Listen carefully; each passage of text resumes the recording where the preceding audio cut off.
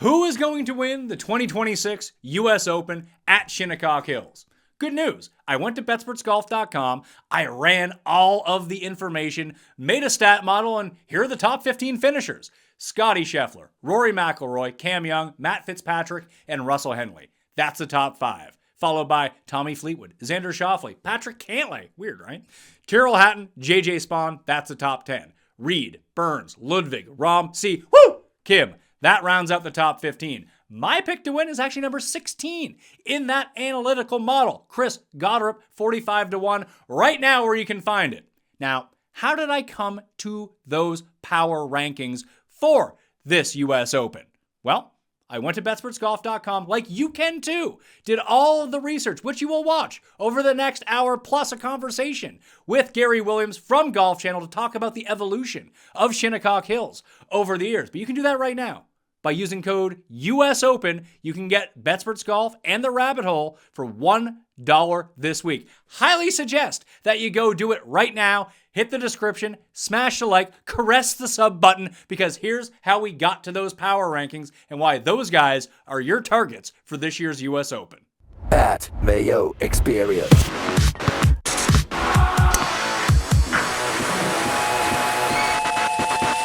Welcome to the Pat Mayo Experience, presented by Underdog. This is it, the 2026 U.S. Open. Full research, the early picks, plus Gary Williams will be joining me to break down both the course from his point of view and the evolution of the course that he's seen since he's been going since the U.S. Open first started to return back in the mid-'80s, what has changed, what we should expect from this time around. Additionally, I need you to smash the like. I need you to sub to Mayo Media Network and leave your comments down there right now, especially who you think is going to win this year's U.S. Open. Before we jump into anything, I should let you know, Sunday night, we have the giant article, the research article, the picks article. That's dropping. That's completely free. You hit the description and join the free Mayo Media newsletter. Also at Substack, just type in Mayo Media. You can sub to it there. Get it sent directly to you. All right? That's good. Monday, Tuesday, Wednesday, Thursday, Friday, shows every single day. Thursday, we'll have the round 1 recap, and Friday will be the Cut Sweat Live for the afternoon PM wave of the U.S. Open. You can join us live, sweat your bets, or just watch the golf along with us, all right? What I want to do now is jump into the course to refamiliarize ourselves with Shinnecock Hills, what we should expect, and what the actual stats on this course are. Shinnecock Hills GC, you can get all of the information at betspertsgolf.com. And good news, as I mentioned, if you go to betspertsgolf.com right now, or just get the link down in the description, you can get a weekly sub for $1 right now. Get your U.S. Open stuff for the week, $1, use code USOPEN, and boom, you're in. It's a very long course. It's a par 70, almost 7,450 yards. We would qualify that as very long. It's in the Northeast. It's played at sea level. At that too, so it's not you're playing in Vegas and the ball is just jumping off the club face. 151 bunkers scattered across the course. Only one hole with water, so listen, if Shane Lowry's in contention, he will find that water. But as of right now, most people are probably not going to find the water. 12 on the stimp, that's average, but that can be cranked up, as we saw on the Saturday round at the U.S. Open in 2018, last time. You missed the fairway here, it's going to be bad. It's hard to hit greens in regulation. Strokes gained approach is very difficult. Hitting fairways is actually quite easy. It's going to be even easier this time around because they have been widened back to their natural state versus what we saw in 2018. The rough length is super long. There's not going to be any graduated rough. The ball is going to hit the fairway, and there's a lot of contours, as Gary will tell us in a minute, on these fairways, that they're not as wide as they seem because they're not just going to hold if you hit it because they are not flat. However, it's not like you're going to roll into the first cut and have a pretty good lie. No, you're in the fairway. It rolls into hazards or it rolls into thick rough. I do have the idea that if you're going to miss, you want to miss big here and end up in the fescue because you're basically guaranteed an awful lie if you end up in the 5-inch rough. In the fescue, look, you could end up with a good lie in the fescue. You just never know when it's fescue. It could be absolutely disastrous and you're pitching out, or you can advance it to a spot where you can actually get an up and down. Hitting fairway is probably the easier idea here, though. And in terms of off the tee, it's mixed. Like, you think at a U.S. Open, you think power course. And we think U.S. Opens, we think big driving distance. But even to go back and look at what we saw last time around, in 2018. And again, this is with skinnier fairways, just even going back to round 1 of that tournament. You see Brooks Koepka wins at +1, and we take a look at the strokes gained data from that course. You get all of this again, betspertsgolf.com. Code US Open for that $1 in round 4. Fleetwood goes low when they actually gave it up a little bit to combat what happened on Saturday. But Dustin Johnson, Russell Henley, Ian Poulter, and Scott Piercy end up becoming the 4 first-round leaders, which is not necessarily a U.S. Open mixed bag. We've seen, I think you can almost separate, and maybe I'll end up being wrong on this. I'm wrong about a ton. But Shinnecock Hills, Oakmont, and Pinehurst, and maybe not even Pinehurst, maybe just those two, maybe Oakmont and Shinnecock Hills.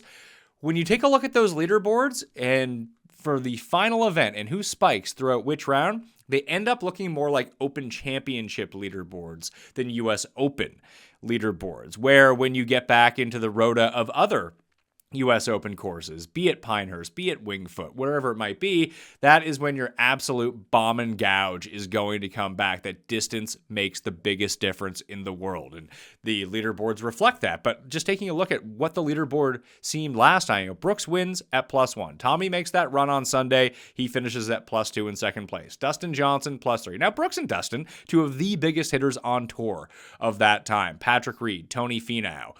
Reed's not. Finau probably was back then, but then you have Stenson. Xander was, no for Berger, no for Hatton, no for Rose, no for Webb Simpson, no for Fitzpatrick, Russell Knox, Zach Johnson. Like, these are guys that populate the top of Open Championship leaderboards, not so much U.S. Open. So I thought, Brooks obviously won back-to-back, became the first guy since Curtis Strange to do so.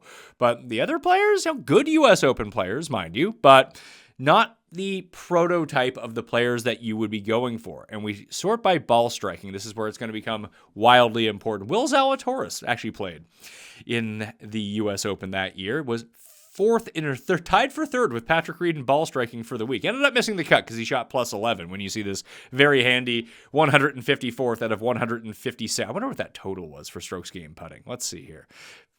Zalatoris putting for the week, -5.9, and that's in 2 rounds of play. Better than, actually, just slightly worse than Salman Raza, Ben Raza, +19 that year. Anyway, we take a look at the ranks for ball striking.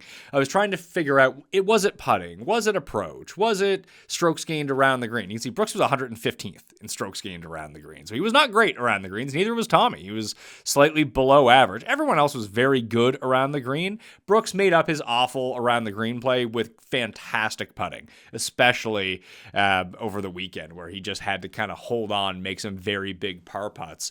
But you see, tee to green, 11th, 4th, 2nd, 3rd were your top 4 finishers. But ball striking, Brooks was first, he won. Tommy was second, he came in second. DJ was 18th, he came in third. Patrick Reed was third in ball striking, he came in fourth. So when I'm trying to cobble together, and we'll get through this, you've already heard the results of the stat model for the week.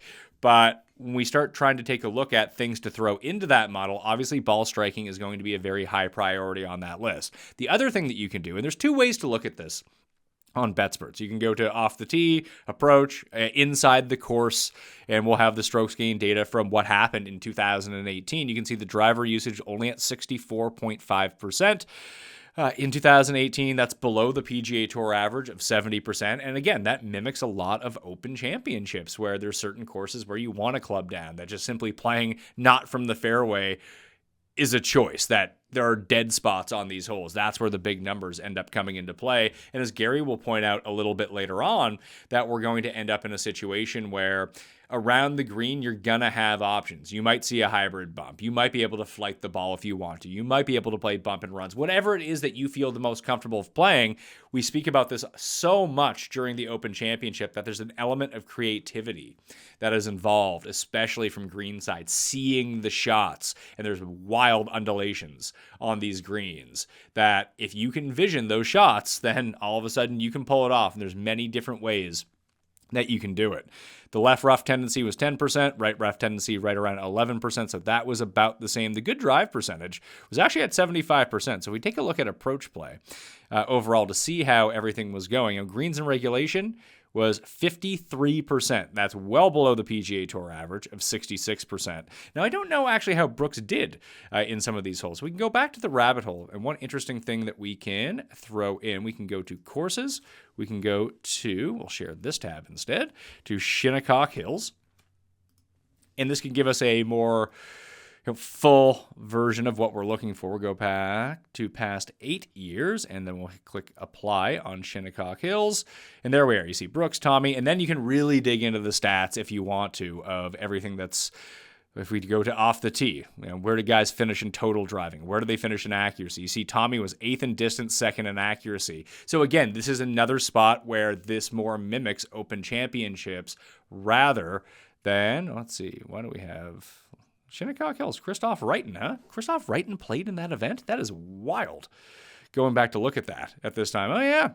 I had no idea that Christoph Reiten ended up playing in the U.S. Open in 2018, but there he is. That's shocking stuff. I guess he has some course history here. Did not realize that he was playing there 8 years ago. Anyway, Tommy ends up 8th in distance. Uline 8th in distance. DJ was 12th. Rory was 5th. Woodland was 7th. Matsuyama was 20th. It's interesting to think about it in these sense, because if you hit a ton of fairways, then obviously you're probably going to roll it out. Not so much. And you can see even some of the guys that were ranked highly in accuracy that week, that versus the tour average of everything coming in, it wasn't as high as maybe as it seemed. So you have Sungjae. So and if you hit the fairways, you're going to roll out. If you hit this rough, you're not going to roll out at all. So Sungjae was first in accuracy. He only had probably one drive of over 320 yards. Other guys were, Lucas Herbert in 2 rounds, 32% of his drives over 320 yards. If you can get it going there, it's going to be baked out enough that it's going to roll.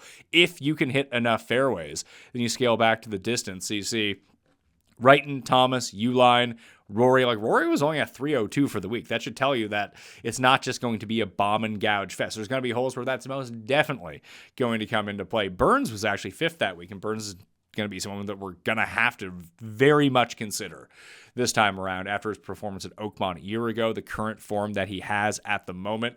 And he hit right around 64% of fairways that week as well. There's Tommy. There's Woodland. It's funny that Fleetwood ended up so high in this because the other guys are your prototypical bombers. There's Bryson. I guess Reed ended up there as well. It's funny that Reed was able to inch ahead of someone like Brooks or Xander that week. Patrick Rogers was up there. Then you have guys that, Harmon, Noren, Spieth, Lowry, and a lot of that had to do with their driving accuracy, that they were just able to get a lot of rollout and not get caught up in the fescue or the super deep rough. And you can take a look at this for everything on the course that week. Again, betspertsgolf.com, code US Open, get it for $1 this week. The par 4 scoring is obviously going to be super important, considering we have 12 of them this week with an average distance of 455 yards. There's 2 of them under 400. There's 2 of them over 500. The plurality, though, coming in that bucket of 450 to 500 yards. How did guys do on that week? Well, let's take a look here. So if we go to par 4 scoring from that week of 450 to 500, there's Hideki.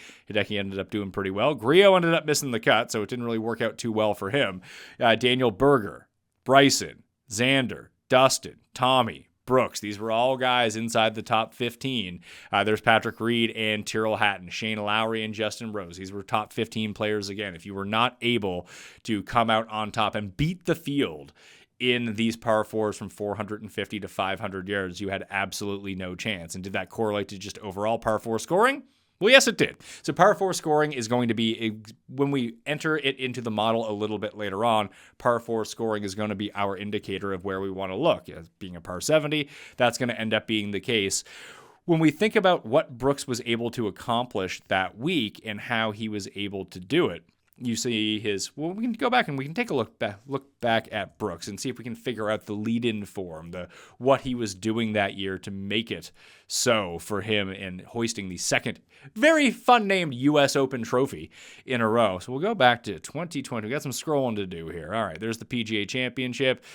Let's see, he won CJ Cup at the Nine Bridges. Here's the U.S. Open. What was Brooks up to during that year before the U.S. Open? So he played in January, then he didn't play much. He was actually hurt earlier on that year, did not come back until the Wells Fargo Championship. That was at Quail Hollow, T42. The Players Championship, that's back when it was in May. He was T11, goes to Colonial for the then-named Fort Worth Invitational, came in second, T30 at the St. Jude Classic, and then first at the U.S. Open.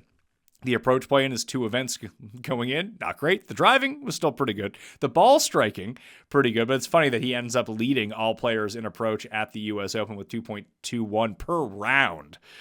And he was just dreadful coming in. So Brooks has always been an outlier in that regard, that he was just able to kind of pop up out of nowhere and have these elite weeks generally in major championships. But you can see the putting for him was very sterling. He had not lost strokes putting outside the Century Tournament of Champions, and then he got hurt. So since his return, he had been gaining pretty heftily, I might say. 1.68, 1.8, 8.2 in Dallas, then 1.9, then 8.12 at the U.S. Open. That's how you end up winning. You lead in approach, you lead in putting. You're going to be a very difficult man to beat that week. So overall, he was first in putting for the week, negating his 115th ranking, minus 1.94 strokes gained around the green. The top 4 finishers in strokes gained ball striking in order of the week, as mentioned, first, second, 18th, and third. And of the 9 top finishers, 4 of them ranked outside the top 90 in strokes gained off the tee. They were able to make it up in other spots, as we saw. However, that's kind of an indictment of how this tournament ended up going out. You can see here, you have Stenson and Finau, Hatton and Berger. But we can take a look back of when we parsed it out and take a look at how everyone did. And we'll just take a look at some of those names, and we'll go to strokes gained off the tee and take a look how they did in accuracy, because distance, because it's a long course, is going to be weighted a little bit more. You see Berger, 75% accuracy for the week. We can go to rank for that and see so that he was 14th in driving accuracy for that week. Poor Stenson's not in the field anymore. I guess we could go to all players to figure out how that would end up going. Who else were the other guys who were up there? We have Finau, Berger, Hatton, and Stenson. So let's take a look at Finau. I don't believe Finau's in the field this week, which is kind of hilarious. Yeah, so Finau's not going to pop up. If you do want to find all the players from that year, you can go to all golfers and see how they did. We can just click that on now. So Finau was 17th in distance, 90th in accuracy. I believe he kind of cobbled everything together that year with smoke and mirrors, because he played in that round on Saturday. We can take a look at that too. It's something I asked Gary about when the USGA got the conditions a little bit out of control. Let's see, he was 16th in approach, 14th in around the green, and 15th in putting. So he was just able to simply overcome all of that. We take a look at Stenson from that year now. Stenson was 25th in accuracy. He was 143rd in driving distance. And then Hatton was 25th in driving distance, 67th in accuracy. Maybe he just hit some just brutal tee shots, because that's going to happen. You're going to miss some fairways. Where do you miss those fairways, in which positions really go and play a big factor in what your strokes gains is going to be. Now, he was 95th. He wasn't 140th like Daniel Berger. Let's take a look at this round 3, because I think this is really interesting to go back and look at. You can see 3 guys finish below par. Finau, Berger, and Kiradesh Aphibarnrat. Brian Gay and Gary Woodland end up finishing even par for the day. You can see it's strokes gained approach for them. Those 5 finished top 5 in strokes gained approach, with Woodland being the best, Berger being the worst. But as you can see when we go to totals for these, just the putting is so outrageous on all these guys. Berger gained almost 7 strokes putting for the day. He lost strokes off the tee, 3.5 on approach. This was probably the most difficult day I can remember on a golf course watching it. It's that one where Phil ended up hitting the ball while it was still moving on the green. Somehow, Berger was able to figure it out. These guys ended up sneaking into the final group because of it. They played super early. They posted, waited 5 hours, and all of a sudden they were playing in the final group. That's how difficult the conditions got. You can see some of the other leaders, like Reed was able to stabilize himself, again, through fantastic approach play. That's how guys were able to negate the challenges, and even guys were able to overcome bad putting. That day, Woodland shot even par and lost 1.2 strokes on the greens, but his driving and especially his approach play was so good. So that is what we saw from the U.S. Open in 2028. When we return, Gary Williams will be joining me on the line to walk us through what he predicts from the course, how the conditions are going to play, some of the changes to some of the holes over the years, what we're going to be anticipating this time around. So please stay tuned.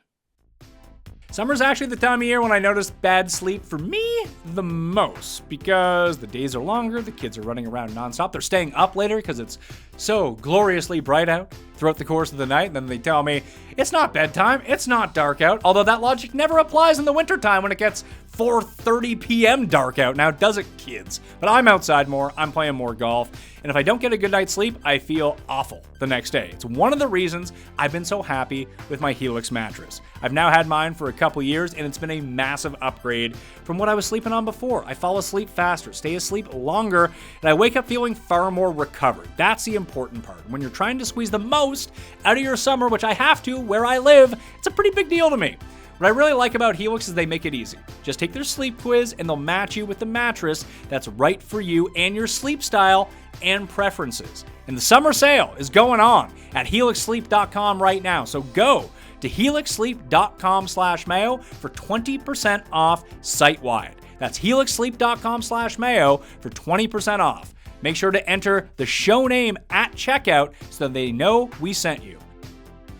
The Travelers Championship. Now is the time. This is the place. Every star, every round, every shot that makes your heart race as legends walk the fairways. Keegan Bradley, Scotty Scheffler, Tommy Fleetwood, Justin Rose, Cameron Young, Xander Schauffele, Colin Morikawa, and other PGA Tour greats, all battling to be called champion. See the world's best for all 4 days. No cut. You'll feel the pressure before the shot, the roar when it drops. You'll stand close enough to see it all, the intensity, the focus, the moment when everything comes down to mere inches, and where everything makes you feel part of the moment. It's golf at its best, up close, open to all, and only here. The excitement starts June 24th and runs through June 28th at TPC River Highlands in Cromwell, Connecticut. For tickets and information, visit travelerschampionship.com. Now is the time. This is the place. Let's bring in Gary Williams from Golf Channel and 5 Clubs to talk about the U.S. Open. Gary, you have a long history at Shinnecock, right? Yeah. Part of that, like until it's said out loud, it feels really good. And then it's like, yeah, it's a long time. But I absolutely love the place. I think it can be argued comfortably that it might be the greatest championship venue and golf course and examination that this country can offer the world. Yeah, I love the place. Why do you say that? Why is it the best championship course that the U.S. can offer? Yeah, I think there are a couple of reasons. One, even though it has not modest history in terms of hosting the U.S. Open, because it goes all the way back to the second time it was ever contested in 1896, and then they waited 90 years. So I think that there's still that aspect of it because of its importance to the history of golf in America, down to the clubhouse being, its construction being the first one really dedicated to people doing more than just gathering in the event that there was, a weather issue, that it was for people to go and play golf and then reflect on it at the clubhouse. And then as far as the golf course itself, I think that the way it presents itself, there's a majesty to it that no other place in America has. And I have great reverence for Pebble Beach. But I think that the scope and scale of Shinnecock to look out and really, no matter where you are, you can see most, if not all of the holes on the golf course, including most of the holes when you cross the road at Tuckahoe Road over to, 10, 11, 12, and 13. And then I think that in terms of the way the golf course is played, if you look at in the modern era, starting in 1986, with not only who won, but who had a chance to win. Same is true in 95, same is true in 2004, and then, most recently in 2018. Every style can be rewarded if you have the temerity and the guts and the resolve to handle all that comes with trying to win a US Open. Power is not exponentially rewarded more than being a really good tactician. If you're a great putter, if you're a great iron player, again, I think all styles are represented through history, and that's why I think it could be argued it is the best. So that you wouldn't try to identify any one skill set that will play better this time around, because some of the changes that, if people listen, most people watching this, if they remember the last time it was played in 2018 when Brooks won over Fleetwood, when Fleetwood made the charge on Sunday, that it was pretty narrow in terms of the scope of the fairways, and this time around, they say that they will not be narrowing the fairways. They will allow them to be its original size. Do you think that changes the dynamic at all? Yeah, maybe modestly. I think it's a fair point. I would say that it wasn't necessarily narrow. It was narrower than what we're accustomed to seeing for what we associate a U.S. Open setup to be. I do think that one thing needs to be taken into very important consideration is that the presenting of width is one thing, effective width is something else. And particularly when you get onto the holes that have much more severe pitch to them, and I'm talking about 10, 12, 13, and 14. Like 14, that is the longest hole on the golf course. It's one of the longest holes in U.S. Open Championship history at 520 yards. Doesn't play that long because it's so severely downhill off the tee. That fairway is half of what the actual width of the corridor is. And I think that's true of some of the other holes. I think 6 is a perfect example of that. I think 4 is as well. There's a fair amount of contour on these fairways. 16 is a great example. If you can carry the fairway bunker on the right-hand side, challenge that fairway bunker, take it on, you can not only gain about 50 or 60 yards because of the amount of tumble on that fairway on the center right-hand side. So yes, it's wide, but it's not as wide as what the quantitative data is going to tell you from the left edge of the fairway to the right edge of the fairway. And then the other part is this golf course gets much smaller from the tee to the green because it continues to narrow itself. And even though you can play shots into these greens short of landing it on the putting surface, the golf course gets smaller, more exacting. And then the other part is these green complexes themselves are really, really challenging. When you take a look at the back, starting in 1986 and moving forward, there's been 4 U.S. Open champions at Shinnecock Hills. You have Raymond Floyd, Corey Pavin, Retief Goosen, and Brooks Koepka. Is there a similar shared skill set between those guys? Is there any commonalities? It's an excellent question. I would say that the commonality that they all have, if you look at their careers, and different in terms of the totality of accomplishment. In the case of Raymond Floyd, he's a 4-time major champion. Corey Pavin, who kind of he predated kind of the power boom, the speed cycle that we still find ourselves in. Retief Goosen won multiple U.S. Opens, was the 50-year-old leader at the U.S. Open the following year at Pinehurst. Most people thought he was going to go on and win that one, and then he had an absolutely just regrettable Sunday playing in the final group with Jason Gore. And then Brooks Koepka is a 5-time major champion. You're talking about 3 of the 4 multi-major champions. So I think what they have in common is a belief system that was among the best at the peak of their powers, believing that whatever is going to be asked of me, I can handle. And Corey Pavin is, I think, historically underrated. He was somebody who, at his apex, and in the same year, even though they lost the Ryder Cup at Oak Hill, he was the guy these are as tough competitors, which is why I think the U.S. Open is distinctly different from the other three majors. It's a testing of belief and the fact that, and I thought that Brooks Koepka, I think he amplified and exemplified that as well as he has in his entire career on the 11th hole in that final round when he made arguably as good a bogey as we could maybe remember, along with maybe Jordan Spieth's bogey on the 13th hole at the 2017 Open Championship. Mind, they have superior minds. That's okay. That's an interesting way to look at it because I'm not as familiar with Floyd and Pavin analytically as I am Yeah. with Goosen and Brooks. But the one thing that jumps out to me about Brooks and Goosen, and probably what's made them so formidable at U.S. Opens over the years, is their bogey avoidance, their ability to do exactly what you just said. Even if it is a bogey, it's not a double bogey, it's not a triple bogey. Like, they will take their medicine and they will make somehow. Listen, Retief Goosen was not great on the greens, but when he needed to ratchet up a 17-foot par putt or bogey save, he somehow was able to make it the year that he won.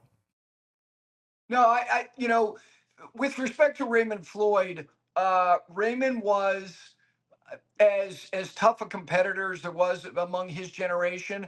I'm particularly fond, not because I was growing up, falling in love with golf at this time. I think the 70s was a very special decade. Look, the guy won the Masters in 1976 in a walk. And as far as, when you talk about skill in terms of data, he was one of, if not one of the five best chippers of the golf ball. And if you think about, and Corey Pavin similarly, if you think about the U.S. Open, if you think about the number of greens missed in major championship golf, historically, the U.S. Open, you're going to miss, the winners are missing 25 to 28 greens, getting up and down, making 5 to 7 foot par putts. That was the calling card where par was valued most. I'd put Floyd and Pavin among the best.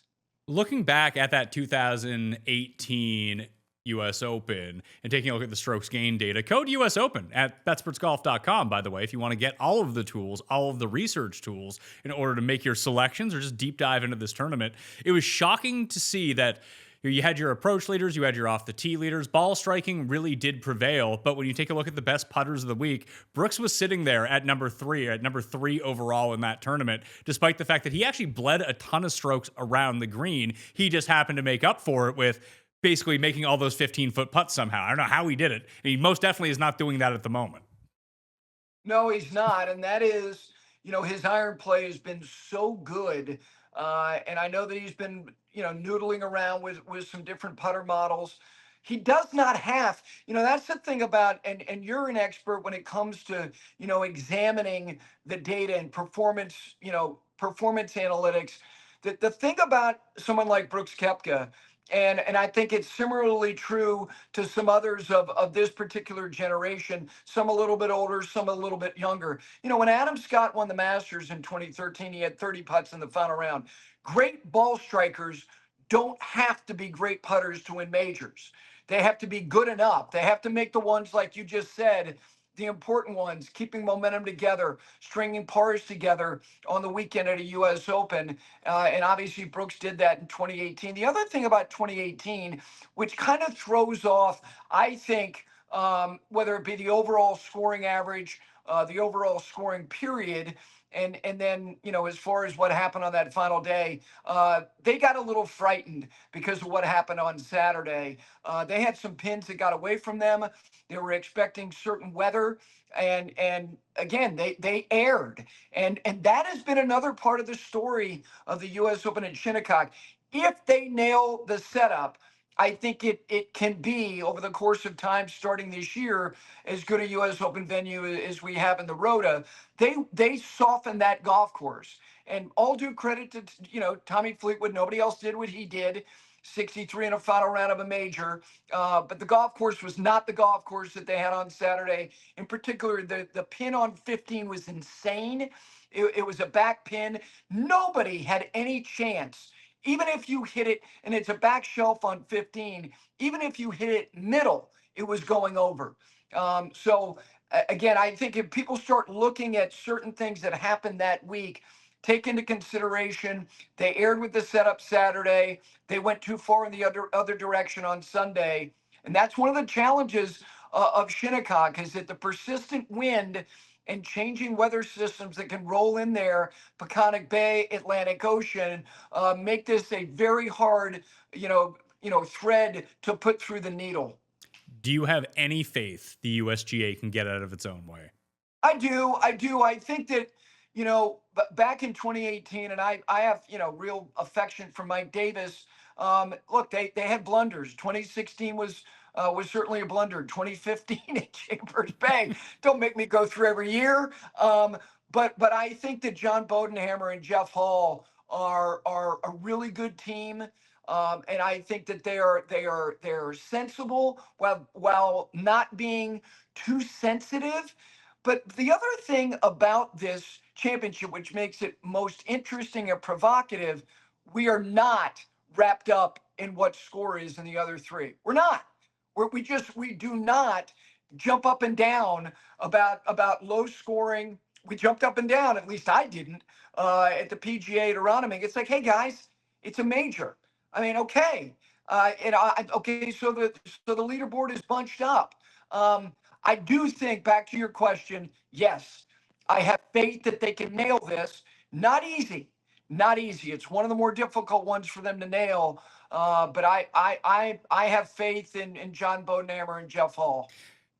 You mentioned that Saturday, the third round. There were 3 players under par that day, and I remember Finau and Berger being one of the few people out on the course really early. They post 4 under that day and end up I believe they ended up in the final group going into Sunday, where they kind of fell back a little bit as Brooks and Tommy and Dustin ended up making their move along with Patrick Reed towards the top. Kiradesh Appy Barnrat was the other one. Then you had Brian Gay and Gary Woodland. Gary Woodland somehow shot even par in the most difficult round outside of maybe, I think it was like 2017 final round of Torrey Pines when Snedeker ended up winning after finishing on the Sunday, and then everyone else had to go back and play in that terror that was that Monday when Jimmy Walker was in the lead. But he did it by losing a stroke and a half on the green, shooting even par, and somehow that was his best round of the week.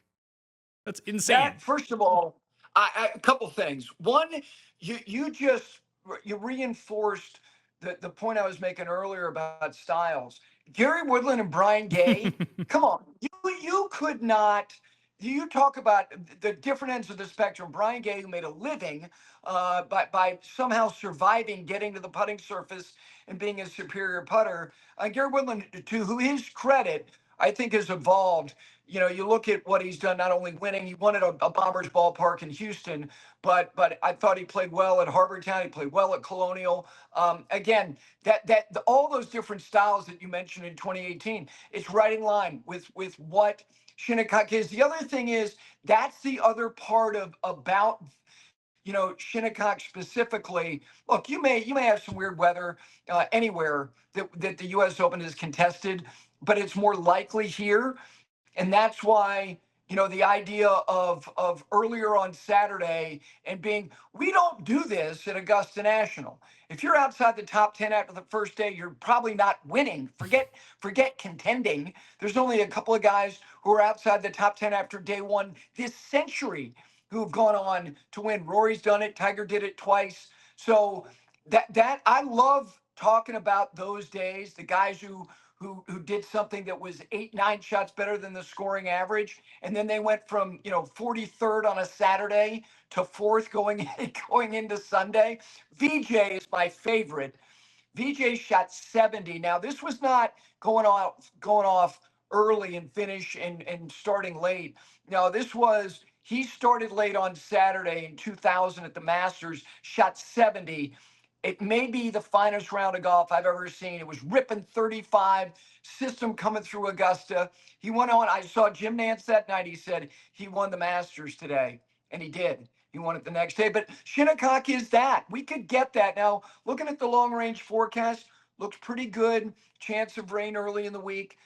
Very, very comfortable temperatures, hovering right around 70 degrees.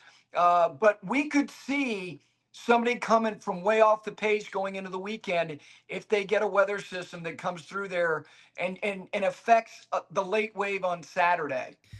One of the funnier things, again, looking at this, both just the names on the leaderboard and how the stats ended up playing itself out, that you had Brooks, Tommy, Dustin, Reed, 1, 2, 3, 4 on the leaderboard. They all gained off the tee. The next 4 guys after that dropped pretty significant strokes off the tee and ended up making it up elsewhere. Kind of to your point that any style can play. But I do feel like there is a commonality, at least on this 2018 leaderboard, where you have Brooks, who, after going to FSU, obviously didn't go to Korn Ferry, didn't go to the PGA Tour. He played on the Challenge Tour over in Europe and played a lot of these links-style courses. Fleetwood, British, obviously a very good links player. So was Dustin Johnson. I mean, St. Andrews isn't the linksiest course going, but this is a guy who had some great run there. He obviously lost that Open Championship by hitting it out of bounds to Phil Mickelson. Reed's had some great run at European courses. Finau came 5th at the time. Like, the only major he was any good at was the Open Championship. Hatton and Stenson's obviously been a winner. Xander's been a winner. Obviously, Rose has popped up there. You have Zach Johnson along with Russell Knox, Matt Fitzpatrick, Paul Casey, Louis Oosthuizen, Haotong, and Hideki, guys who made their bones all at Open Championships. When we're looking for potential plays this week, would you factor in that maybe the better correlation tournament is the Open Championship for Shinnecock than the U.S. Open itself? 100%. It is legitimately, in terms of the turf conditions, the intended firmness of the golf course, the ability, legitimately. We're not going to get it as much as we got it, back in '86. And I went back and watched that final round last week. Guys who have the ability, it'll start on the second hole, because the second hole, they have real elasticity to the length that par 3 can play. That they'll probably have it. They'll bump it up as short as 200 yards. It can play as long as 265. It's a wide opening, short of the green. There's not a lot of forced carries here. This golf course, it's true of 10, 11, 12, because that is the more dramatic, heaving land part of the golf course. The low land on what is essentially the north side of the property where you start, there's a lot of areas short of the green that guys are going to be taking numbers where their total all in might be 187 and they're going to want to land at 162. That is not representative of the PGA Championship or obviously the Masters tournament. And I absolutely believe turf conditions, wind conditions, width, and also absence of forced carries. This is the linksiest golf course by a wide margin, including Pinehurst number 2 that we have in the Rota. How devastating is it to miss these fairways? Either you're in that cut of rough that I'm assuming is going to be pretty thick, and then you get the fescue. Now, where I live, we have a ton of fescue everywhere. And from my, not high-end level knowledge of, or at least ability in golf, fescue tends to be very random in terms of what your lie is going to be like. Sometimes you walk in there, very playable. Other times, absolutely not playable whatsoever. Is that going to be the case when the ball hits the fescue? Yeah, it's a good point. It's not totally random, but there is still a randomness to the fescues. They are not cosmetic at Shinnecock. They're legit. There are areas on this golf course. I'll give you an example. The 14th, which is a hole where players need to take on the right edge of the fairway because of the severity of the slope from right to left, down into the middle and the bottom of that fairway. The fescue, there used to be a lot of little scrubby pine trees. All of that has been cleaned out since 2018. The density of that fescue is far more legit than maybe some other areas on the golf course.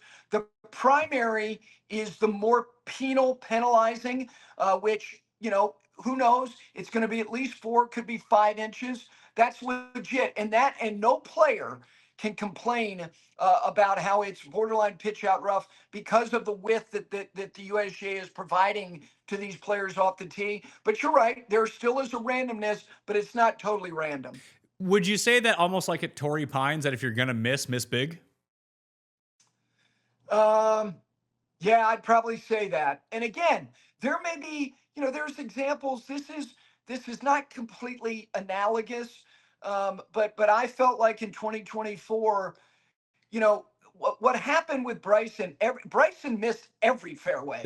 And he found himself getting these really nice bare lies around these natives that really need probably until at least the next US Open at number 2, to where it goes from being like easily miss big as opposed to missing small. I would still tend to agree with you that over the course of the week, I think players will agree that missing big will wind up on average being more beneficial than missing small. Would that lead you back to some of the elite distance players who, I'm not talking about someone like Potgieter, who can hit it as far as he wants every single time, but can't really do much at an elite level beyond that. But let's use Bryson as an example. Even if he's not firing at full capacity with accuracy and distance, which he rarely does, the distance tends to always be there. I get that he's not a great wedge player, but these sort of conditions, also a 2-time US Open winner, that there's certain courses where you kind of put an X through Bryson because he's not going to be the style of player that we're just used to seeing. Like Aronimik just wasn't going to work for him. But it feels like this could really work for him. I think it can, and if it does, he has to do two things beyond the areas of strength for him. I don't particularly, in terms of the optics of it, I don't like the way that he putts in terms of looking at it, because there's a rigidity to it that is totally counter to. I'm a Crenshaw guy. I love, the flowing stroke and kind of literally like this supple movement in the body. Thing but that he's wooden, but he's become a really reliable, 7 to 11 foot putter. When he was winning and contending in all those majors, my God, he was money in that department. The other thing he's got to do, which is another fault, it's not just his wedge play. He's very average chipping the golf ball, and the surrounds here, because of the number of greens, with few exceptions, repel balls that get to the edge. And now you're getting runoffs down into, pitching back on these tight turf conditions where you're going to have, 20, 22, 25 yard, short pitches and longer chip shots. He's got to be very efficient and proficient in that area. But yeah, I think back to your original point. Yes, Winged Foot is he can miss greens there and basically play the same shot everybody else. There's one way to chip around Winged Foot West. There are a lot of ways to play shots around Shinnecock, around the greens. He's not that he's not that creative, but what he has to be is efficient. So when I'm building out a stat model to try to make some predictions for this later on, the one thing that I just brought up in front of me at the rabbit hole is around the green metrics from Open Championships over the past 5 years. Do you think that the creativity that you would need at an Open Championship would translate here far more than, again, like Winged Foot and places like that? Yeah, far more. Certainly far more than Pebble Beach, far more than Winged Foot, far more than Oakmont. Similarly to Pinehurst number 2. And then, to your point about, kind of the Open Championship as well. Yeah, and I would also say, look, there are a lot of I think surrounds, even though the turf is different, it is not the sticky, overseeded rye that Augusta National, in a sinister fashion, mows toward the players as they're trying to chip into the grain here. This. There's far less friction when you're chipping around these greens than you would find at Augusta National. But in terms of slope and contour, and then pitching it onto these greens with greens that are running away from you, with a lot of broad slope, which is what Augusta National's greens are. I think there's similarities there. How have you seen the course evolve over the past 20 years? So even just say from you saw it in 1986, how has it changed since then and how much have you seen it change since 2018? Yeah, I think, being back there last fall, there are a couple things that have changed. Some holes specifically in terms of their presentation. Two examples I would give you are the sixth hole. The sixth hole looks very different because of the fairway bunkering that was a William Flynn design that Core Crenshaw have reinstituted there. There is an optical illusion about the intended line of play, which is not really the preferable line of play on the sixth hole, and then back to 14 as well. 14 is not nearly as daunting a look from the tee as it used to be because all of these scrubby pines down the right.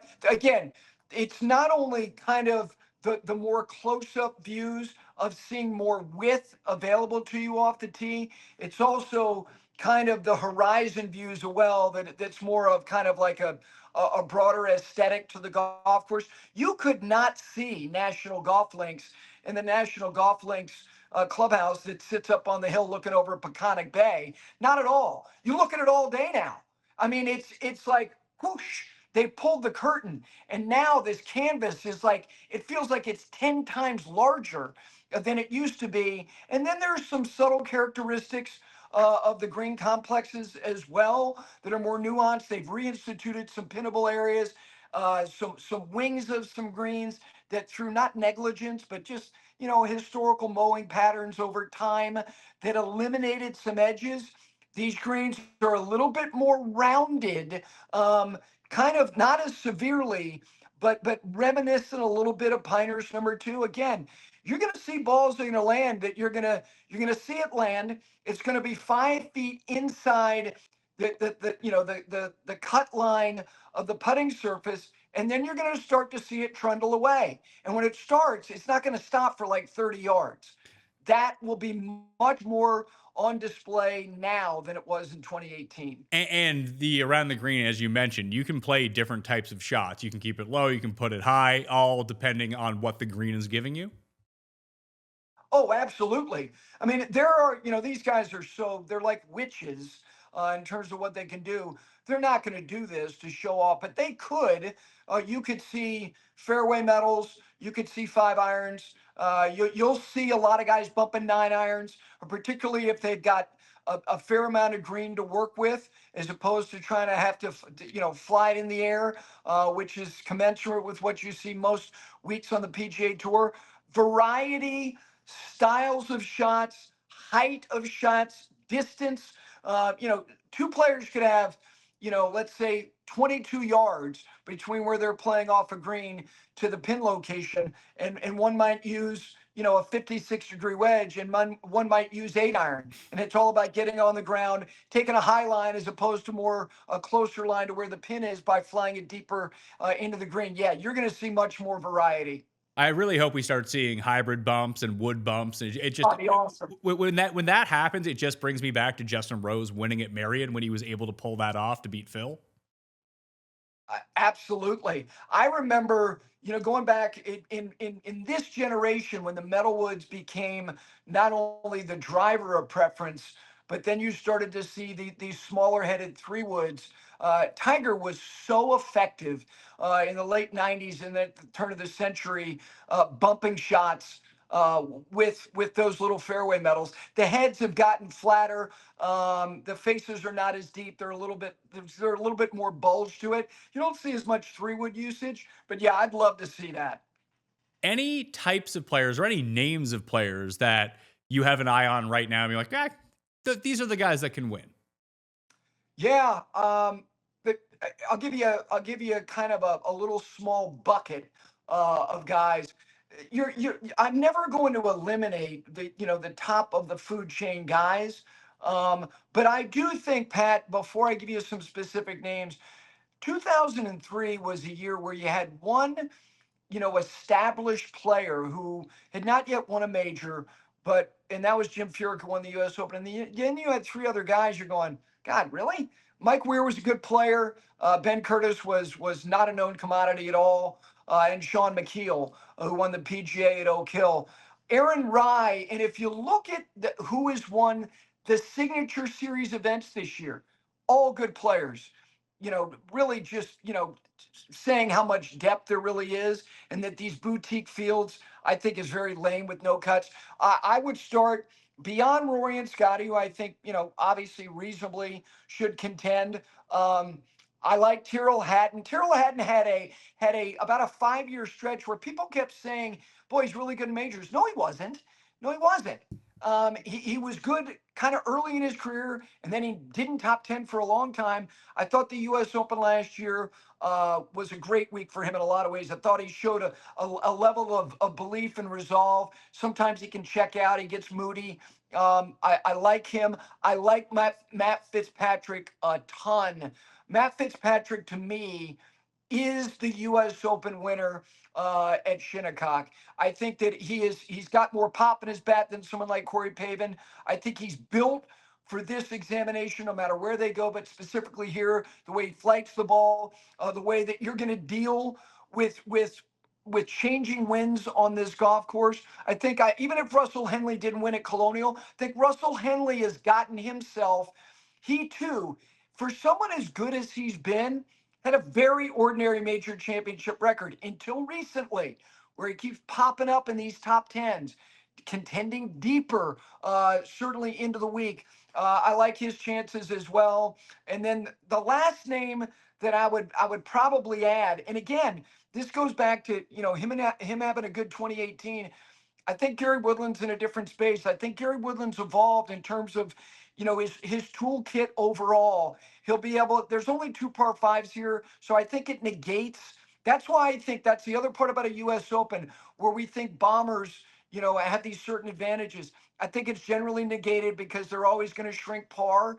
So there's only 2 par fives on the golf course. So despite that, I think Gary Woodland is showing a much more efficient ability to chip. He's not a great putter. Doesn't have to be a great putter. It has to be good enough. That would be a little short list for you. Gary Williams, you can follow him on Golf Channel and over at the 5 Clubs. Thanks for doing this. Appreciate it. It was my pleasure. I really appreciate it. Love what you do. It's a view of the game that when I was growing up, I didn't have. And if I did, I would have been knee deep in it, trying to understand it all. I see Keith's been getting in your ear, huh? Yeah, way too much. I need more of you in my life, less Keith. I would say that is an unpopular opinion, even to people who watch this show. They want more Keith, less me. You don't have to take it. Well, actually, you do. Maybe it's the abundance of text messages. I don't know. Maybe it is. All right. Thank you, Gary, so much for being on. When we return, a complete breakdown of the stats, the research, and who we will be targeting at the U.S. Open for 2026. Stay tuned. The weather here, it's great. And we've been actually spending time outdoors again. Before, the backyard, basically a patch of grass, maybe some mud, and a place that the kids just run through. Now it's somewhere we actually hang out. We grabbed a few outdoor pieces from WAYFAIR, completely changed the space. The best purchase? Easily the patio seating set. It's one of those things that you don't realize you're missing until you got it. Now we're eating outside, having coffee for breakfast outside, and actually using the backyard every single day. And if you've never shopped with WAYFAIR before, I'd tell you it's the easiest place to start because that'd be true. Whether you're looking for outdoor seating, grills, patio decor, lighting, storage, it's basically a one-stop shop for getting your outdoor space ready for summer. Plus, with over 20 million 5-star reviews, you can see what real customers think before you buy. Patio season is here, and these deals won't last long. Head to wayfair.com/m/outdoor right now to get your outdoor space ready for way less. That's WAYFAIR.com. You know what's annoying? Thinking you got your finances lined up, then some random thing pops up and throws everything off. That's why I've been checking out Cash App. It's not just for sending money anymore. Cash App does more than you think when it comes to having your back and making sure your money stays your money. Cash App just released a new status program for the way people actually spend called Cash App Green. Now, when you spend at least $500 a month with a Cash App card, you earn green status, which unlocks benefits like up to $200 of free overdraft coverage. If you overdraft unexpectedly, there are no hidden fees. You also unlock higher borrowing limits and custom personalized cashback offers every Friday at places you love to shop. Turn everyday spending into status with Cash App Green. Download Cash App today or visit cash.app to learn more about this and other financial benefits. New Cash App customers can earn $10 if they use code CASHAPP10 in their profile at sign up and send $5 to a friend within 14 days. Terms apply. Cash App is a financial services platform, not a bank. Banking services provided by Cash App's bank partners. Prepaid debit cards issued by Sutton Bank. Member FDIC. Cash App Visa debit flex cards issued by Sutton Bank. Member FDIC and the Bancorp Bank N.A. Pursuant to a license from Visa USA Inc. See terms and conditions for the Sutton prepaid card, Sutton debit flex card, and Bancorp debit flex card. Cash App Green features savings, direct deposit, roundups, overdraft coverage, and discounts provided by Cash App, a Block Inc. brand. Visit cash.app/legal/podcast for full disclosures. Let's talk about something no one in endurance sports likes to admit. You can be training your ass off, cardio, stress, not recovering properly, and yeah, it can mess with your performance everywhere, because it all comes back to blood flow. Most guys jump straight to pills. That's just treating the symptom. The real key is nitric oxide. That's what controls circulation, endurance, and yeah, performance. That's why Joy Mode actually makes sense. It's a natural booster that supports nitric oxide production, not the fake pixie dust stuff. Just tear open a packet, mix it like an electrolyte drink, and you are good to go. Use it when you need it, or use it daily to raise your baseline. Think of it like training. One dose helps, consistency changes everything. If you want to support sexual performance the same way you support training and recovery, naturally and intelligently, Joy Mode has a deal for my listeners. Go to tryjoymode.com/Mayo or enter Mayo at checkout for 20% off. Joy Mode, the electrolyte packet for your dick. I want to thank Gary again for his time. You can catch him on Golf Channel this week live from Shinnecock Hills. Hit him up on X too. Maybe he'll get back to you. Maybe he won't. Who knows? But you can always try. Betspertsgolf.com, code US Open to get it for $1 this week. Let's build out that model, and you've already saw the results. Here's how we got there from earlier on in the show. Par 70 is the first thing that we're going to look at. Actually, you know what? Let's just go to par. Yeah, let's go to par 70. And there's different ways that we can go about this. So you can always search, use your Control F feature, par 70. Let's see, where's par? There we are, par 3, par 4, par 5 scoring. There's so many different filters that you can turn on. We're going to go to par 70 and click apply. Now, how far back do we want to go? Because we have, John Rahm has only played 4 rounds at a par 70. That was the PGA Championship, your best par. Well, we'll see how it ends up going. But my pick to win is sitting number 1 in this, so that's always very nice. I've said this for weeks. The first bet that I made for the U.S. Open was Chris Gotterup to win. I just enjoyed the way that he played overseas, both at the Scottish and Open Championship a year ago. If we get wins, he is more than capable of being excellent in the wind, and that's going to be one of the key factors this week is how much gusts are we going to get, because that's how this course, outside of the dastardly long rough, is going to protect itself. But let's go back to the past 2 years, or even the past 18 months. So since the beginning of last year, who was the best player on par 70s? Scheffler, Fleetwood, Cam Young. And if you go to average, you can see by how much. So it's Scheffler, not as big, it's Carlos Ortiz, than Rahm. If we're going to put in an average on this. Jackson Koivin in the field this week, too. I think Cust might pick him on the Monday show as his gold pick, so keep that in mind. But Scheffler's at 2.6 strokes gained per round on par 70s. That's in 36 rounds. The other guys have 4, 8, 32. For Ortiz, Ortiz was the U.S. Open last year when he came inside the top 5. That's how he got into the Masters. Then no one looked like they were having a worse time at Augusta National on those early feeds on Masters.org than Carlos Ortiz. Things got going bad early for him. So Rahm, Scheffler, Koivin in 10 rounds, although those were easier courses. Fleetwood, Reed, Cam Young, Hatton, Cam Smith, David Puig, Russell Henley, Ben Griffin, Sam Burns, another one who's up there. There's Fitz and Rory. There's Nikolai. Nikolai hurt my feelings so much in Canada this week. Would have been nice if you could do something there, pal. There's JJ Spawn. There's Chris Gotterup again. So we're going to put in strokes gained par 70 from the past 18 months. Now, again, when you get your sub, if you click on this expert model feature, you can bring up mine, you can bring up Noonan's. Everyone who works on Betsperts Golf or contributes to Betsperts Golf will have their models available in there when the time comes.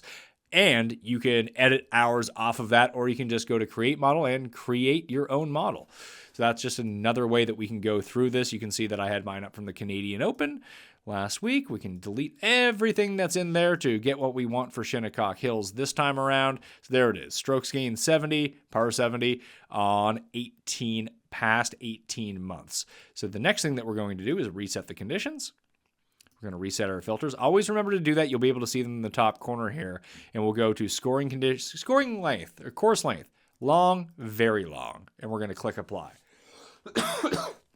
Now you'll see that's where these conditions set up. So course length long, course length very long. That's another thing that we're going to be looking for. So strokes gained total, it's Scotty. It ain't even close over the past 18 months. Now, again, this is something that we are going to, I'm going to shrink the sample down to past 12 months. We'll just take a look at the past year in change. So it's actually a bit easier this time around because Scheffler did a lot of his damage from January. Although he didn't get the win, he was up the top of these leaderboards. He ended up winning the PGA.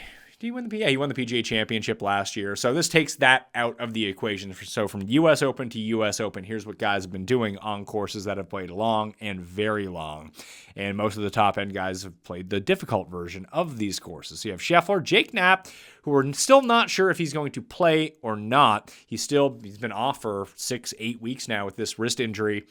And he committed to a field 2 weeks ago at Memorial, was not able to play, didn't play in Canada. So I'm not sure whether or not he's going to play this time around, although the initial rumor was about him post-Masters that he was going to be targeting Shinnecock Hills for his return. He was having an amazing season, especially on these long to very long tracks, but I don't know how much you want to touch him in this spot. Obviously, if you're playing DraftKings, Tambo Blickle and I will talk about this on Tuesday morning, whether or not is that a good spot to go target someone. It's probably not. I'd probably want to see the guy play some golf, not come in at the hardest course of the year with no reps to speak of. But he rated second to Scheffler on this list. Then you have Hatton, Alex Fitzpatrick, Tommy Fleetwood.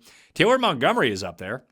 Cam Young, Henley, Wyndham Clark, Patrick Reed, John Rahm, Sam Burns. There's Wrighton, Mr. Experience, Christoph Wrighton at this course. Noren, another guy who just did me so dirty in Canada. Bobby Mack, Chris Kirk, Xander Schauffele, the chairman, William Mao. There's Goddard, John Perry. Matt McNeely, there's Brooks. Kitayama is up there as well. Kitayama is very interesting to me this week. If he can figure out the putting, I always like him at courses like this where it's going to be a ball striker's paradise. This is a situation where you can get yourself going. In ball striking, so we're going to throw in strokes gained total. SG total, long and hard, because that's what you want at the cock. You got to be the long and hard. Who plays the best at those? Ball striking wise, though, Hatton has been the best, and we did notice that the top ball strikers were the guys that, if they were able to chip, putt, or both during the 2018 U.S. Open, then they were able to do it pretty well. Benjamin James, who, as the time I'm recording this, is leading the Canadian Open in his first start as a pro, is up there too. He was 1.19 in his two. I believe that was at the U.S. Open from last year. But guys with at least 10 rounds, Hatton, Alex Fitz, Scotty Scheffler, Nat, Michael Brennan, Ben Coles, Bryson, Rahm, Xander, Brooks, Aaron Rai, Rory McIlroy. There's Kitayama, Nick Hardy in 6 rounds. Shout out Nick Hardy. Used to be like Mr. U.S. Open. If you needed a guy on DraftKings who was $6,000 or less, depending on how the pricing works this time around, who could get you a cut made at the U.S. Open for a period, it was Nick Hardy. You can see T52, cut, T14, T20, has not played in the U.S. Open since 2023. But it's just weird. For a guy who's typically such an awful putter, putted really well in U.S. Open. So whatever the USGA setup for Nick Hardy is, he thoroughly enjoys that. So we're going to put in total. Maybe we'll put in the long and hard ball striking as well. Long, hard BS. You won't want that long, hard BS, but you do this week at Shinnecock Hills. So we'll throw those two in, and then we'll reset our filters again. The other things that we're going to look for, you can keep on the long and hard filters, but we're going to take a look at this year only. So we're going to go back to past 6 months, because we're 6 months into the year, see who's been good, see who's been bad, and we're going to go to that par 4 scoring, the par 4 efficiency. We're going to look at par 4 scoring. There's some guys that are going to have very limited rounds that are going to get overweighted inside the model. You can always limit your rounds here by going to 8, 12, whatever the minimum you want to have is. But the best par 4 scores on tour so far this year, Patty Harrington in 4 rounds. That was at the PGA Championship. Scotty, Rory, Reed, Ben Silverman, Kim. There's Joaquin Neiman in his 4 rounds. Cam Young, Gary Woodland. There's Hatton, Burns, Xander, Kitayama again, Rose, Henley again, Cantlay. There's Matt Fitzpatrick, Akshay. A lot of Noren on this list. I don't like this at all, although that would be classic, being a popular play at a similar sized venue in TPC Toronto, albeit far easier, being awful, no one using him at the harder joint, and all of a sudden he pops back up again. But he tends to play difficult courses really well. Dustin Johnson, Alex Smalley, Matt McNeely. There's Goddard, there's Ryan Fox, there's Tommy Minwoo, Lowry, Harris English, Bobby Mack, and Morikawa, Ludwig up there as well in these par 4 scoring. So SG P4 2026, that's what we're looking at. So we keep putting around here. So we've got the par 70s in, we've got the long and very long. I do want to take a look at Open Championship performance. I've continued to allude to that throughout the course of this show, and I do want to throw that in. I think that's going to be something that we should look at. You can look at majors performances overall, or you can just take a look at U.S. Opens, Open Championships. I'm committed. So when you're building out these models, I think it's very important to pick a lane. That's something that you want to do. Now, obviously, there's no records found because there hasn't been an Open Championship for the past 6 months, but there has been for the past 5 years. So let's take a look at that. And we're on our par 4 scoring here. We'll switch back over to strokes gained in general, and we'll take a look at total. Who's been the better players in strokes gained total? There's Chris Goddard. He was excellent at the Open Championship a year ago.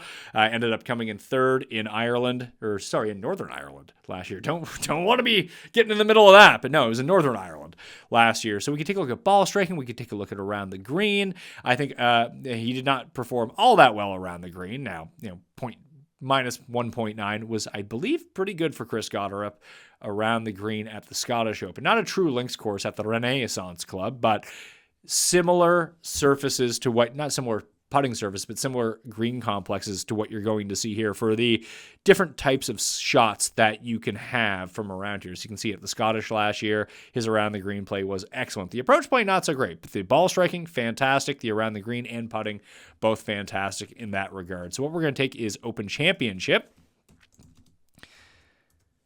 SG, and it's probably unfair to just lump all of the Open Championships into one, because obviously St. Andrews is not going to play the same as Hoylake or the same as what we saw a year ago. So maybe it's unfair to do it this way, but this is how we're going to put it in. If you want to go in and pick and choose the different courses, look at this. You can go to all courses. You can filter in and out the ones that you want. You can go to course regions and do exactly the same thing if that's the way that you want to play this. And hey, when you go to betspertsgolf.com, enter code US Open, then you can do it for $1, and you can do it any way that you like, all right? But Goddard, Scheffler, Xander, Rahm, Herman are your top 5 on the list of strokes gained total for the past 5 years. After that, it's Cam Young, Rory, Alex Fitzpatrick again, Spieth, Rose, Horschel. There's Fleetwood. There's Berger, Lowry, Day, Spawn, Morikawa, Grillo, Matthew Jordan, and Corey Connors. Russell Henley would be another one who pops up there, along with Matt Fitzpatrick and Tyrrell Hatton. Again, oh yeah, of course, there's Alex Noren.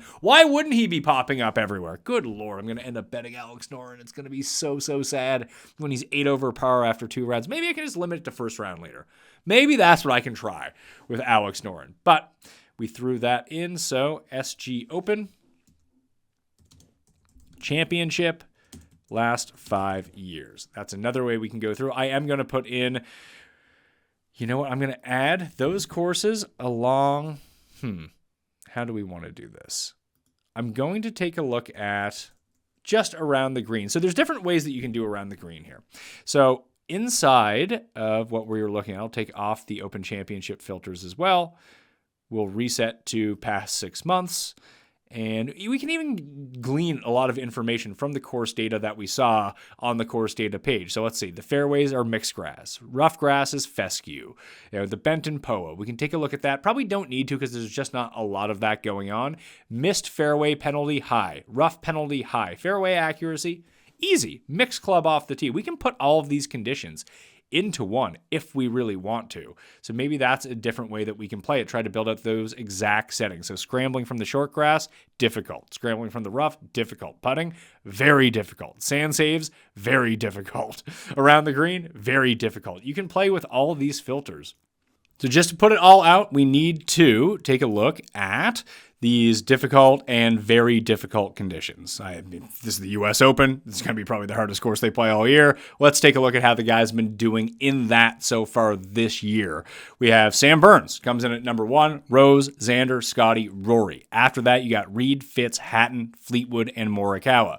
Obviously, the sample bigger on some of these players versus others. Cam Young, Henley, Neiman, Puig, Rahm, Mav McNeely, there's Ludwig. Oh, Alex Noren, of course. There's Brooks and Justin Thomas. Jake Knapp and Tom Kim up there as well. Now, if we extend this again out to the past 12 months or so, over the last year, who the best players would be. Scheffler moves back up to the very top. Hatton, Burns, Bobby Mack, and Rory. So it seems like Robert McIntyre is one who has played worse at some of these difficult courses so far this year, and his strokes gained approach stats would reflect that because he has been brutal.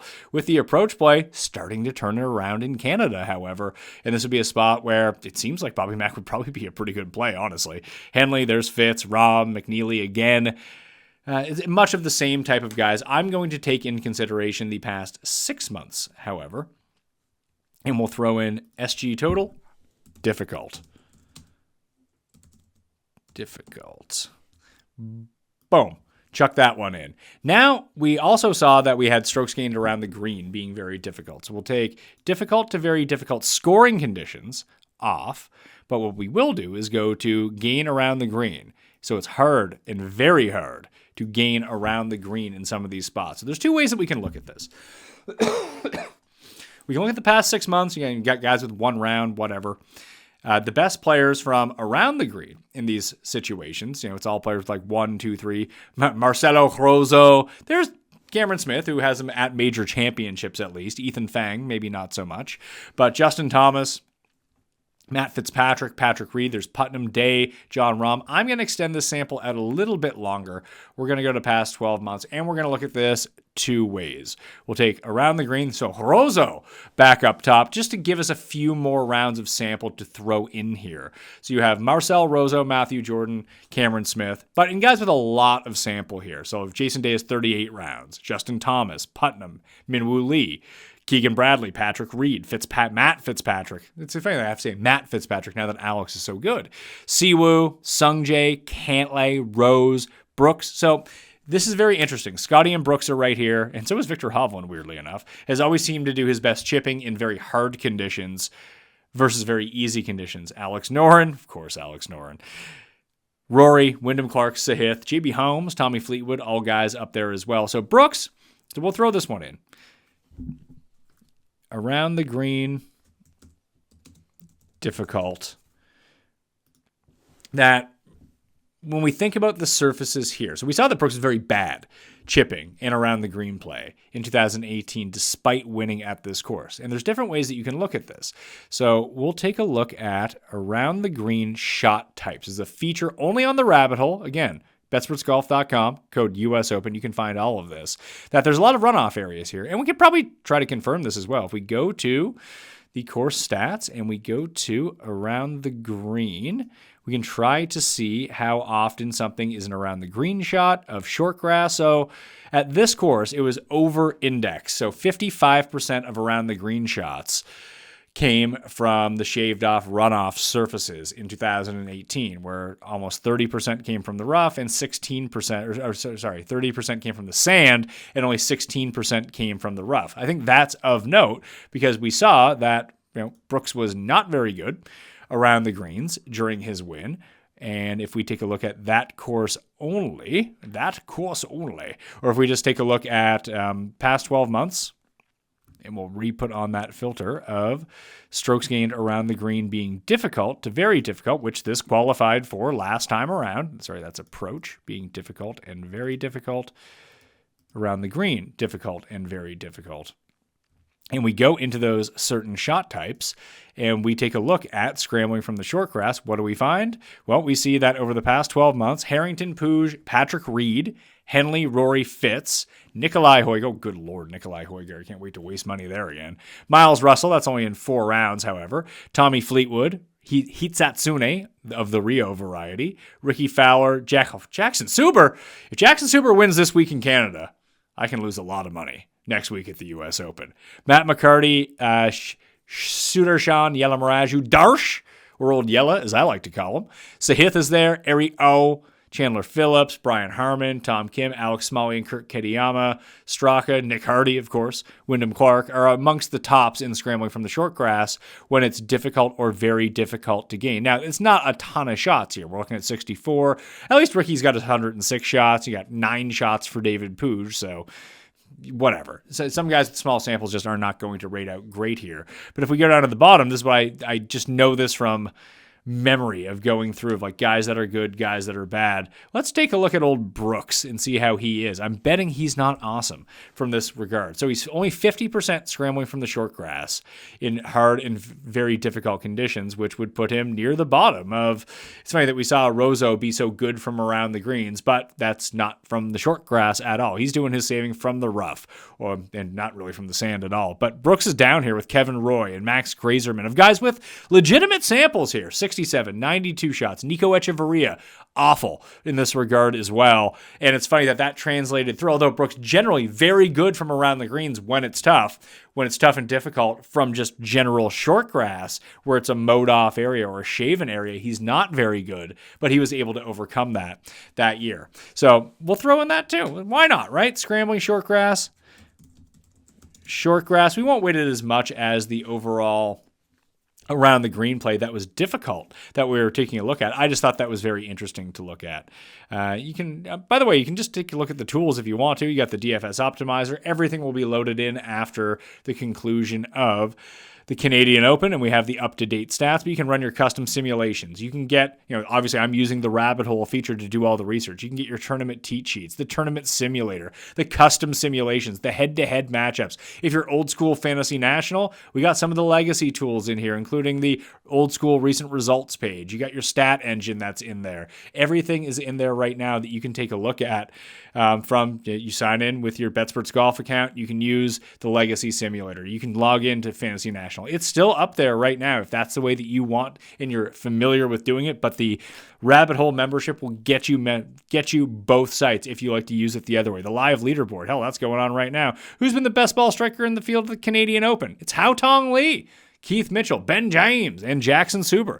If Suber could make some putts and not be minus putting for the week, wouldn't that just be glorious? Anyway, back to the rabbit hole to continue punching in what we're looking at here. What I like to do as well is take a look at some of these. We can go off the tee, easy, very easy, difficult.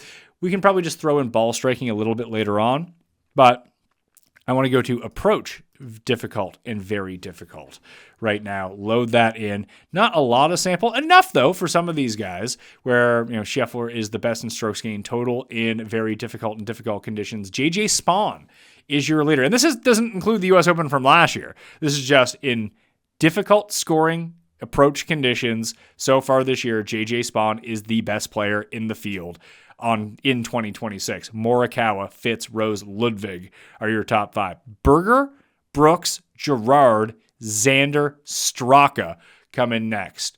Akshay, Hatton, Wyndham Clark, Adam Scott, Scotty Scheffler, Rory McIlroy, Cantlay, Neiman, Patty Harrington, Hovland. There's Goddard, Lowry, Cam Young, Patrick Reed, they're all up there as well from when we're thinking about strokes gained approach. If you want to look at it on average, obviously the numbers are going to be a little bit different because they'll be weighted. Hatton, Neiman, Harrington, Spawn, Morikawa per round, except some guys, JJ Spawn has 28 rounds in these conditions, whereas Hatton only has 6. Neiman and Harrington only have 4, but I will throw in SG approach. Not looking good for Nick Hardy in this regard, or Jackson Suber does not play these difficult courses well. Strokes gained approach, difficult is the next one that we're going to throw in. We're going to reset our filters. Once again, get rid of difficult, get rid of very difficult, and we're going to take a look at the wind because there are expected windy conditions. That is the biggest defense of this course outside of the daunting rough in the fescue. But if it starts blowing wildly, like over 18 miles per hour, things can get a bit tricky. Now, we don't have a big sample for a lot of guys here. If we just take a look at rounds, the player who's played the most 18 mile per hour plus rounds so far this season has been Matty Schmidt, and he only has 10 of them. So let's extend our sample out a little bit and go to past 18 months. overall. So Rahm still doesn't have a ton because we're not including live rounds in this or DP World Tour rounds. If you go to the show tee time, obviously we don't have tee times yet. If you want to get rid of this column on the rabbit hole, the salary, just click on this feature right here. When the tee times are released, you'll be able to show them. They will populate there if you want to do wave splits or take a look at anything like that. But your best players in 18 mile per hour plus wind rounds over the past 18 months, Jon Rahm, Patrick Reed, only 3 and 2 rounds to speak of. So if you're taking a look and you want to see what rounds those are, you click on the rounds and you see PGA Championships round 1 and 3. So round 1 from this year, round 3 from last year at Quail Hollow, and the Masters round 2 all fit that criteria for Jon Rahm. Those were the ones that he had. So we take a look at our best win players overall. Now you can take a look at total, or you can just take a look at ball striking. I like to take a look at both. I don't know who this is, but from France, Hugo Cousin, maybe he wins the U.S. Open. He sees the Statue of Liberty, brings that back to France, and puts a long cigarette in her mouth, okay? Hugo Cousin. In his one round, apparently he was fantastic. Brooks is number 2 on that list. A minimum if he only has the 3 rounds. Ben James, bitch. 2 rounds. Very good at ball striking. Not so good at the old putting, minus 3.6 rounds. This is just ball striking. Neiman, Scheffler, Hatton, Lowry is up there. Ryan Fox is up there. Where's my guy Goddard? I figured he would have been really good in this. I bet you if you put in moderate winds and super windy. So he's good. Strokes gained total, the approach is down for him, but the ball striking is still positive. Quarter stroke per round for him. But that's well below what we're seeing for the Corey Connors of the world. So I happen to think Goddard is a better wind player than maybe the metrics give it out as.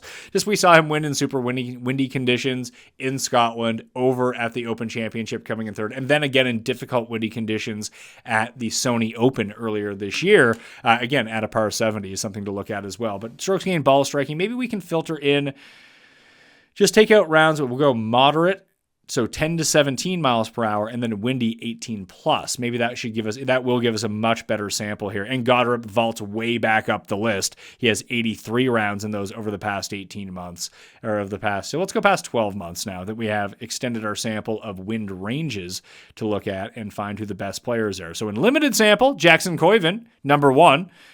Cole Hammer in his 1 round, number 2, of guys with substantial here of 10 plus miles per hour. Scotty Scheffler, Matt Fitzpatrick, Rory, there's Goddard, Ludwig, Reed, Puig, Xander, Kitayama. So Kitayama popping up a ton here. So was Cam Young, obviously. DJ, Rahm, Knapp, there's Nikolai Højgaard, Neiman, Smalley, Fleetwood, Harris English, Robert McIntyre, Aaron Rai, Russell Henley, once again, other guys that are popping up in this regard. And if we do it so Goddard's ball striking has been pretty good. Once we factor in those, we lose I guess we have the live guys. We have to include them, but their sample is going to be far more limited. Like even a Laurie Cantor and Bryson pop up here. Very huge in terms of ball striking, but PGA Tour guys with a lot of rounds in these conditions. Scotty, Kitayama, Ludwig, 1, 2, 3 in ball striking. Then you have Xander, Rory, Spawn, Ben Coles. All right. Ugo Kusal in his 4 rounds is still up there, Matt Fitzpatrick, Rahm, Goddard, Brooks, Nikolai, Gerard, Siwoo, Morikawa, Woodland, Cam Young, Berger, Michael Brennan, Tommy Fleetwood. These are all guys up there. So we can either take the total. I'm going to choose to take ball striking because we saw that be the most important in these conditions. Strokes gained, ball striking, windy conditions are how we're going to deploy that. Again, you can filter these any way that you want to go into it. Take off windy, take off moderate winds, and now we're just going to do straight up how guys have been doing so far this year. Let's take a look at recent form. Past 3 months of recent form, your best players in the field: Scotty, Reed, Hatton, Cam Young, Ludwig, Rory, Matt Fitz, Padraig Harrington, Joaquin Neiman, Puig, Rahm, Wyndham Clark, Xander, Burns, and Cantlay. Then you got Alex Fitzpatrick, Brooks, Tommy. So strokes gained total, past 3 months. Past 3 months. We'll throw that one into what we're taking a look at. Ball striking, current form ball striking. We'll throw that in as well. You'll notice that I don't have any putting put in here. I think that putting at Shinnecock Hills, as Gary mentioned, allows for kind of crappy putters to be good this week because the putting is just simply going to be so difficult. It's not that I prefer guys putt well and then make all their putts. But if we see random dudes pop up who maybe aren't the best on the greens, wouldn't be super stunned to see that happen. We couldn't put in putting in very difficult conditions, although the sample is probably a bit lower on that. There is one more thing that I want to do, and I want to take a look at the past 2 years. We'll filter by just major championships by themselves. So performance in major championships. One of the biggest correlations to major championship performance is past major championship performance. Guys that play well in majors do well in majors. So strokes gained total per round from major championships over the past 2 years. Scotty, Xander, Rory, Smalley, Goddard. There's your top 5. Henley, Rahm, Rose, Bryson, and Reed. That's the next 5. Reed, Burns, Ludwig, Hatton, Connors. Shock Connors is still that high up on that list. In 31 rounds as well, but he's 15th. Noren. God, the money on Noren. Just going to be lit on fire again after seeing his name too many times. But he's 16th. Morikawa, Harris English, Matsuyama, Ben Griffin. And then you got Spieth. There's Matt Fitzpatrick. Other names of note, Keegan, Mad McNeely, and Rye. Obviously Spawn. Cam Young, Ryan Fox, Fleetwood, Neiman, Bobby Mack, Hovland, Siwoo. There's Lowry, and Grazerman. Chris Kirk, actually pretty good in those 24 rounds too. So SG total majors. So when you heard the power rankings at the very top of the show, here's how we did it. Let's go to Create Model and see everything that we have thrown in right now. So we got around the green. You can always take a look at what we have in here. So the applied filters here are the past 12 months around the green, difficult, very difficult conditions. Strokes gained total in difficult conditions. So I threw in the short grass. I threw in the around the green one twice. So see strokes gained total on difficult courses. I put that in twice by accident, so we'll get rid of that. And I think we're doing pretty good here. So here's what we have to wait. It's a lot of stuff. You don't need this much stuff. You can have more stuff. This is what happens when you can throw it in. And this will now start to populate. U.S. Open show, Mayo. If you want to take a look at this one and load it in yourself, it'll be filed under expert reports once I generate it. And you can find it all in that expert report tab on the homepage of the rabbit hole under expert models. Anyone else have anything in? Oh yeah, John's got his in. Oh, Noonan's got his in so far. So I'll be third on the list. I didn't consult theirs before I did this. I wanted to talk to Gary, look at the research, and just throw in what I wanted to do. So what is the most important thing that we found? Long, hard BS, right? Ball striking proved itself to be the most major thing here, but we have over 10 things. What do we have? 1, 2, 3, 4, 5, 6, 7, 8, 9, 10. We have 14 categories we need to fill in. So 10% is actually quite a substantial part of this model, if that's the way that we want to look at it. You know, we can even put this out to 7.5 and 7.5 for both of the ball striking categories. We don't want to over-index it. We also have a ball striking category for wind. We'll put in 2.5 for that. So those are our ball striking. If you don't know what ball striking is, it's strokes gained off the tee plus strokes gained approach. And we're going to have approach in different parts too, because we have difficult approach places. We'll go 7.5 on that.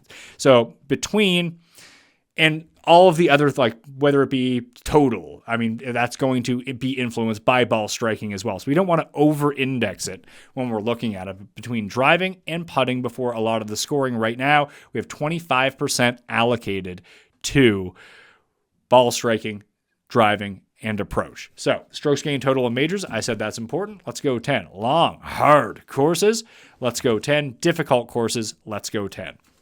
So now we've used up 55% of our allocation. The around the green, difficult, and scrambling from the short grass, I want to put 10% behind this, so we'll go 7.5 and 2.5. 7.5 for just difficult around the green, 2.5 from the short grass that's around. Strokes gained total, recent form, past 3 months. That sounds important. Let's put that at 10%. So now we're up to 75. We have 1, 2, 3, 4 categories left. Par 70 scoring, let's go 10%. Par 4 scoring for the year, 10%. So now we have 2 spots. We can go Open Championship, strokes gained, and Open Championship last 5 years. So what do we have here? 5 years, U.S. Open, golfers from the U.S. Open, all courses, just strokes gained total. So we can Open strokes gained.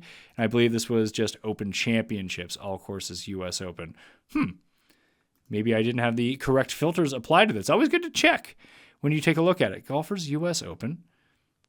That's interesting that that didn't end up in there. So let's cross those two out because Open SG and Open Championship SG just didn't get thrown in for what we were looking at.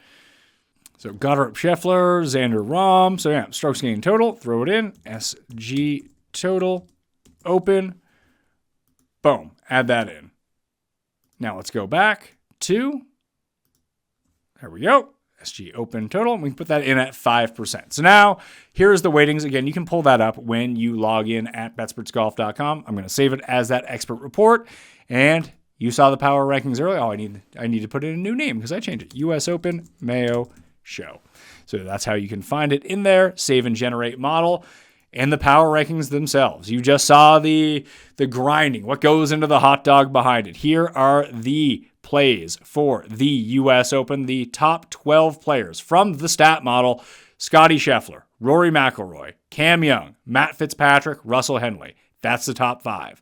Tommy Fleetwood, Xander Schauffele, Patrick Cantlay, Tyrrell Hatton, J.J. Spawn, Patrick Reed, and Sam Burns.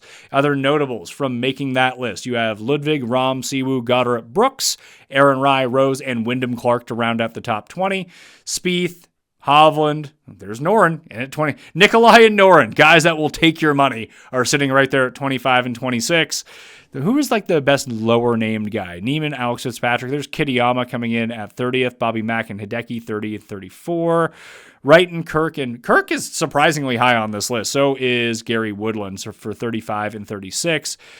Keegan, Lowry, guys that you would expect to be good. Andrew Putnam, much higher than I would have expected at 44. Keith Mitchell at 43. Davis Thompson, Harris English. Nick Taylor, Seb Straka. Yella Miraju at 58. Michael Brennan at 57.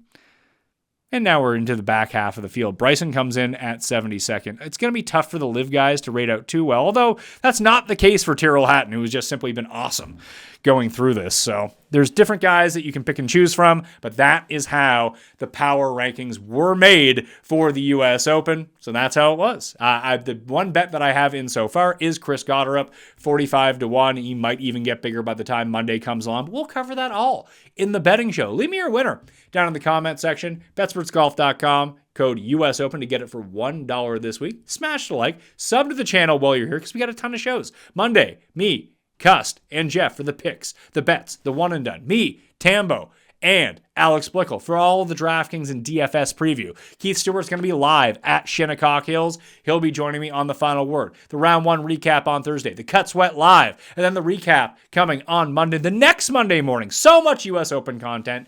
Need you to stick on Mayo Media Network and leave a rating and review on the audio. That stuff goes a long way into helping us out during major championship season. All right?